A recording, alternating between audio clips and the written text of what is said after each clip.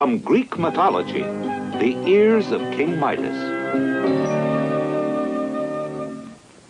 High atop Mount Olympus lived two gods who were always arguing. Pan, who played the pipes, thought he was a better musician than Apollo. Apollo, who strummed a lyre, thought he was a better musician than Pan.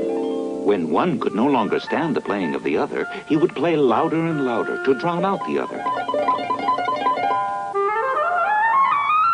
Listen, your playing is loud but bad.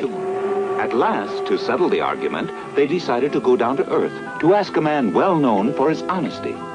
That man was the good King Midas. Why is it suddenly growing dark? Before him appeared the two gods. They told Midas what they wanted him to do. First, Apollo strummed his lyre. Then Pan played his pipes. Each played as well as he could. When both had finished, and Midas was trying to make his choice... Say that I, Apollo, am the better musician, or I'm going to punish you. Midas thought them both good, but he did have a choice, and was too honest to change it.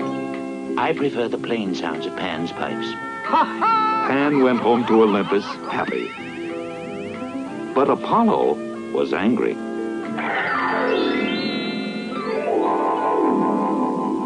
He went back to Mount Olympus and thought, how shall I punish a man who is honest but stubborn as a mule? Ah! Midas, you will have the ears of a mule! Huh? My ears! They feel like the ears of a mule. This must be Apollo's work. Oh, I've got to hide them somehow.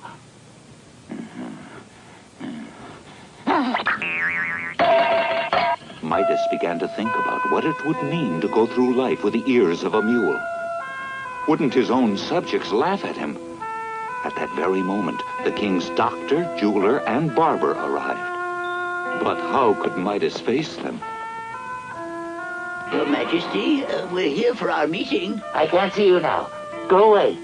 You're not feeling well, are you? As the royal doctor, I should give you an examination. No, don't come near me. The visitors were shocked. Midas had never acted like this.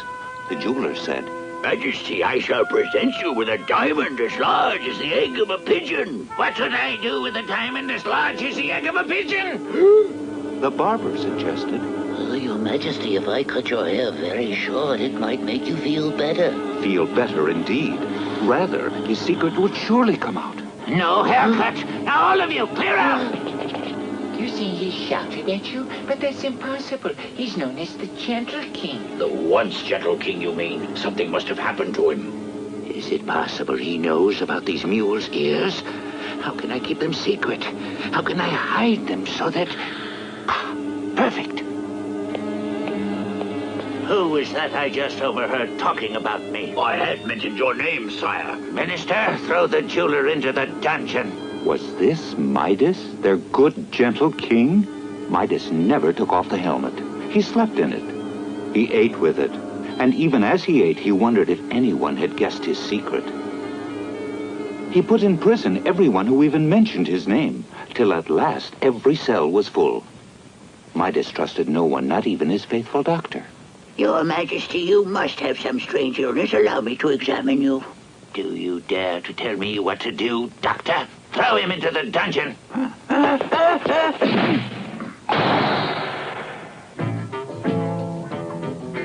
Months passed, during which the king's hair grew longer and longer. Foreign visitors came and were shocked. They hurried home, surprised by the shaggy appearance of the king.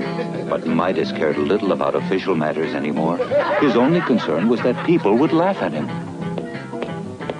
I'm afraid the time has come.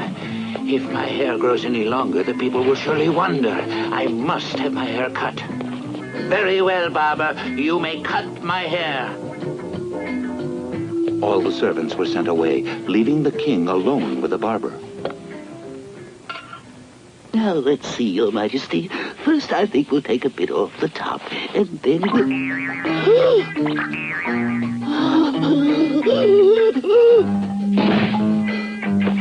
The barber knew that he had seen what he ought not to have seen and started to leave. Listen carefully, barber. If you so much as speak one syllable of this to anyone, I'll personally cut off your head with this sword. Is that clear? Oh, quite clear, Your Majesty. I'll never tell anybody you have the ears of a jackass. I promise you that. They're the ears of a mule. When the barber left the royal palace and returned to town, the townspeople crowded around him. They begged him to tell him how the king looked. Oh, come on, tell us. Is it true the king has grown horns on his head? No! I can't tell you! I can't tell anyone! The people kept asking. The barber wanted to share his secret with them, but dared not. He kept remembering the king's warning. If you breathe one syllable of this, it's off with your head. I can't stand it anymore! I must tell a secret! The barber dug a hole and began shouting the secret into the hole. King Midas has the ears of a mule! King Midas has the ears of a mule! King Midas has the ears of a mule! Thinking he had buried the secret forever in the covered hole, the barber left. But soon marsh grass grew on the spot. It whispered the secret to nearby plants. The king has the ears of a mule. The king has the ears of a mule. The secret passed to the trees. The ears of a mule. The king has the ears. When the wind blew, the treetops seemed to shout it out. Midas has the ears of a mule. King Midas has the ears of a mule. King Midas has the ears. One night, a strong wind blew the secret to the edge of the woods. From there, it was carried to the town, King Midas has the ears to the very gates of the royal palace. ears of a mule. King Midas has the ears of a mule. King Midas has the ears of a mule. The startled king looked to see who was revealing his secret. King Midas has the ears of a mule. King Midas has the ears of a mule. King Midas has the ears of a mule. King Midas has the ears of a mule. This is the barber's work. Yet I cannot punish him. I am to blame for this. Next morning, the entire kingdom was called to the palace. I want to show you something I should have shown you long ago.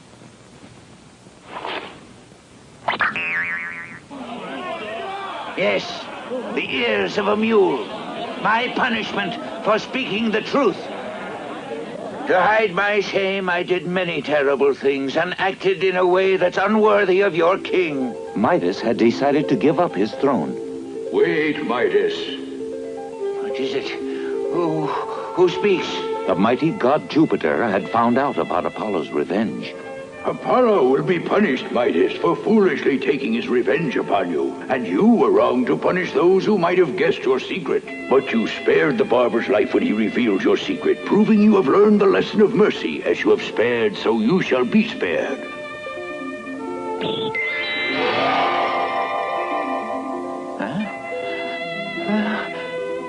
This proves you have remained fair, honorable, and just at heart, Majesty. Thank you, Jupiter.